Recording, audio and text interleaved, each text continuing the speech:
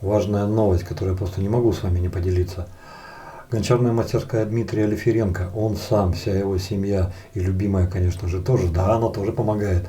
Поздравляет всех своих настоящих, прошлых и будущих подписчиков с наступающим Новым годом.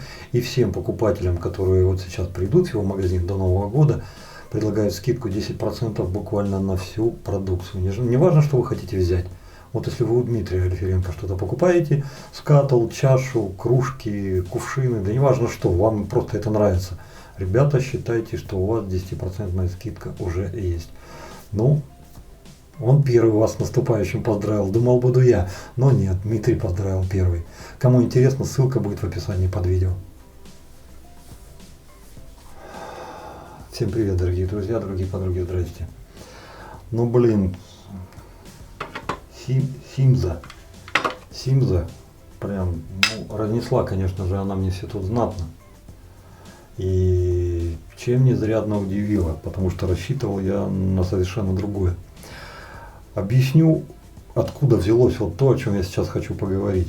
Не так давно, где-то 3-4-5 дней максимум, ко мне в контактах обратился один человек, мой подписчик из Беларуси, и поделился несчастьем. У него был станок Ленинград бакелитовый, он его ломает и говорит: Вадим, какие современные могли бы его заменить? Я ему сказал, что современных таких не знаю.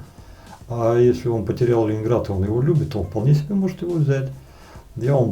Пока мы с ним переписывались, в Мешке там, и в других местах нашел пару-тройку, даже больше предложений. Короче, заказал я себе Ленинград. Ну, человек, когда вот говорил об этом, он сказал, что, говорит, мягко, деликатно бреет, мне очень нравилось. Сейчас, говорит, ничего такого найти не могу. У меня из всего этого осталось в голове: Ленинград, мягко, деликатно, хочу. И, собственно, наверное, поэтому я заказал. Потом наступают выходные. Разговор с Урмасом у нас пролетает мимо кассы. И тут вдруг все это накатывает и приобретает такие обороты, что вот буквально второго дня, в четверг, по-моему, я говорю: Урмас, срочно надо поговорить, потому что это вышло сразу же после видео с опаской.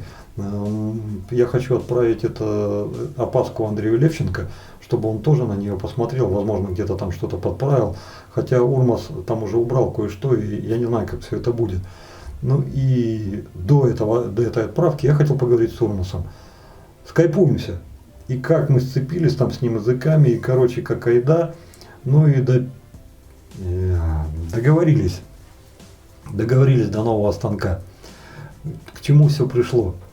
Пришло к тому, что Урмас говорит: Вадим, смотри. Ну я там сказал, что есть планы, там просто показал мужикам Рекса. Они говорят: мы его запросто можем сделать.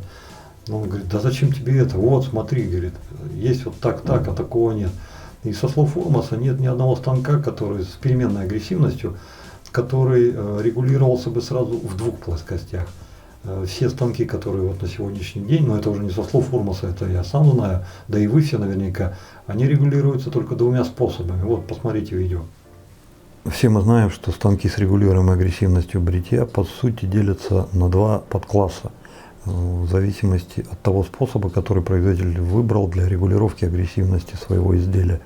И если говорить за жилет и же с ними, много есть станков, регулировка коих агрессивности достигается путем изменения угла загиба лезвия, то есть на какую дугу его выгибает.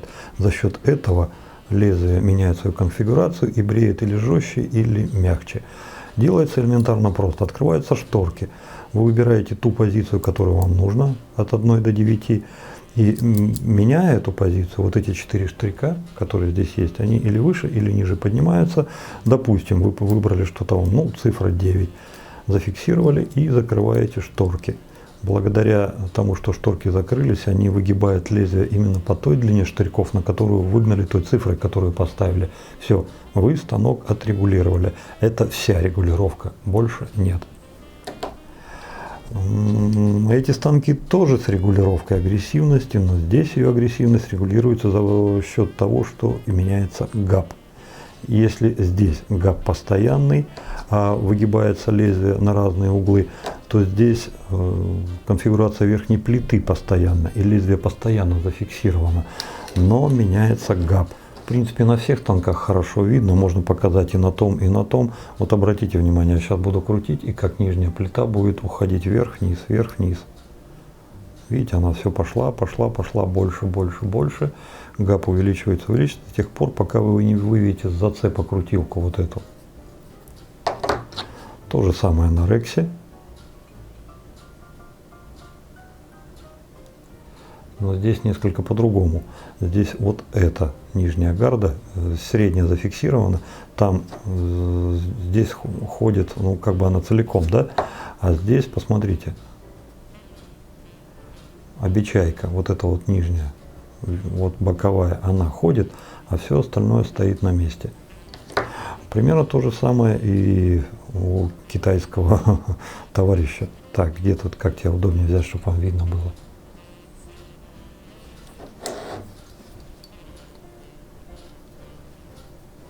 То есть каждый раз вращая, мы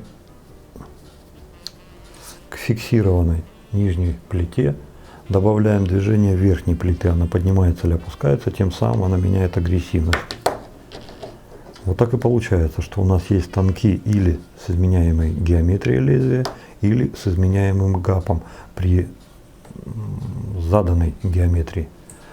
Здесь я нарисовал, извините за куцость рисунка, общую схему расположения лезвия верхней и нижней плиты и те радиусы, которые я уже встречал, ну или слышал, по крайней мере, изгиба лезвия, которые применяются на сегодняшний день в бритье от 27 до 32 градусов. Чем больше мы его распрямляем, тем больше мы задаем, вернее, более агрессивное значение мы задаем, чем больше мы его скругляем, тем более деликатным и мягким получается бритье. И что касается гапа, здесь в принципе то же самое. Чем меньше гап, тем бритье более элегантное, мягкое, бархатистое. Чем гап больше, тем более агрессивное бритье. Если с этим разобрались, идем к следующему.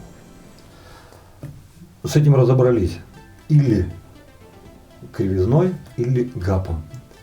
А вот сразу, чтобы двумя способами регулировался станок, таких станков я не знаю. Возможно, их еще и не придумали, а возможно придумывали, но потом забили и бросили. Я вначале загорелся, и мне, да, действительно стало интересно, а почему бы нет, чего бы не попробовать.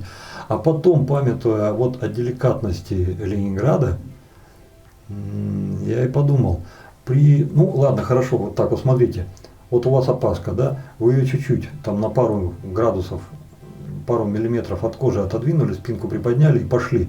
Великолепный деликатный рез. Как только вы этот угол начинаете задирать, вплоть до там, то есть вы выбираете ту оптимальную компоненту, которая позволяет вам вектор разрушения волоса смещать в определенном диапазоне. Ну, скажем так, где-то от совсем маленького до большого. Это все будет зависеть от заточки вашей опаски, от вашего волоса, степени его размягчения и прочих факторов. Совсем в плоскую вы его класть не будете, потому что, ну, что он параллельно коже, что он там сбреет. Надо чуть-чуть приподнимать, совсем задирать его вы тоже не станете. Ну, если это не клин, конечно. И мы сейчас говорим о простых бритвах, клин тут, сейчас пока его сюда не притягиваем. Так вот, идеальный угол каждый выбирает сам для себя. И точно так же, если бы на станке была возможность регулирования степени изгиба лезвия, это тоже позволяет выбрать идеальный угол. Но при условии, что гап у вас постоянный. А если мы включаем сразу несколько позиций и регулировку изгиба лезвия и величину гапа, мы можем сделать более универсальный инструмент. На каком-то этапе у меня закрались сомнения, что слишком выгнутое лезвие в стремлении более комфортного мягкого бритья при небольшом гапе, оно, скажем так, может дойти до такого состояния, что величина гапа как таковая уже при таком изгибе влияния никакого оказывать на степень агрессивности не будет. Потому что, ну, если лезвие уже так, знаете, на ту же самую опаску, что вы на пару градусов приподняли, будет похоже, то какой бы гап там ни был, он просто уже, в принципе, выводится из работы. Он там участвовать уже никак не будет. Но сегодняшнее бритье ответило мне и на этот вопрос. То есть вот эта внешность обманчива. Все-таки все-таки я склонен полагать, что даже при, скажем так, при маленьком угле бритья, то есть вы сильно искривили лезвие, и оно у вас практически ссекает волос, ГАП все же будет играть определенную роль и будет оказывать влияние на бритье. Ну, естественно, при больших углах, чем, допустим, вы больше будете распрямлять лезвие, в стремлении выйти на более агрессивное бритье, ну, головой-то вы, конечно, это будете регулировать. Изменение ГАПа там уже оказывает непосредственное влияние. То есть при большом угле ГАП-то он никуда не девается, он прям смотрит на вас и никуда он не уходит. Это не то, чтобы вы его сильно вот так вот изогнули. Вопрос к вам, парни. Ваше мнение. Мы с Урмасом надумали все это. Это какие-то прожектерские мечтания. Или на самом деле можно заморочиться на эту тему и на самом деле попытаться что-то сделать. Если вдруг такой станок будет изготовлен, а вообще он нужен, допустим, регулировка сразу по 2 параметрам.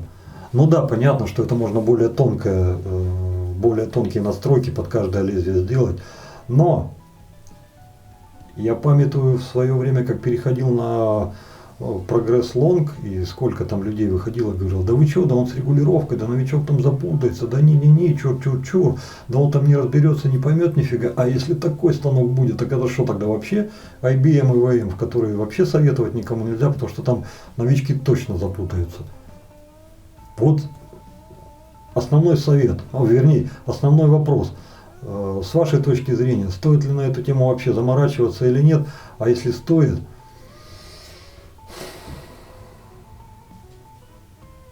короче, парни, у меня сейчас внутри, как собака на сене, и сам не гам, и людям не дам, и хочется, и колется, и мама не велит, то есть я вот сейчас вот на распутье, возможно, я сам не знаю, что я хочу.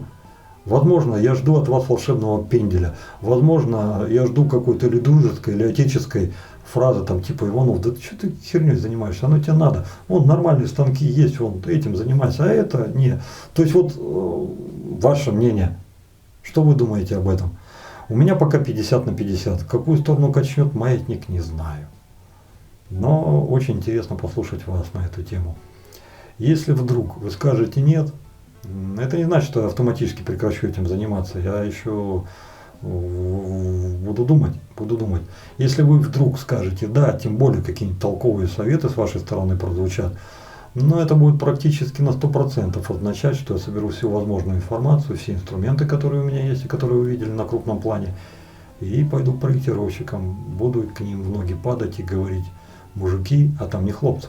Там есть хлопцы, но в основном мужики старой советской закалки, еще старой школы.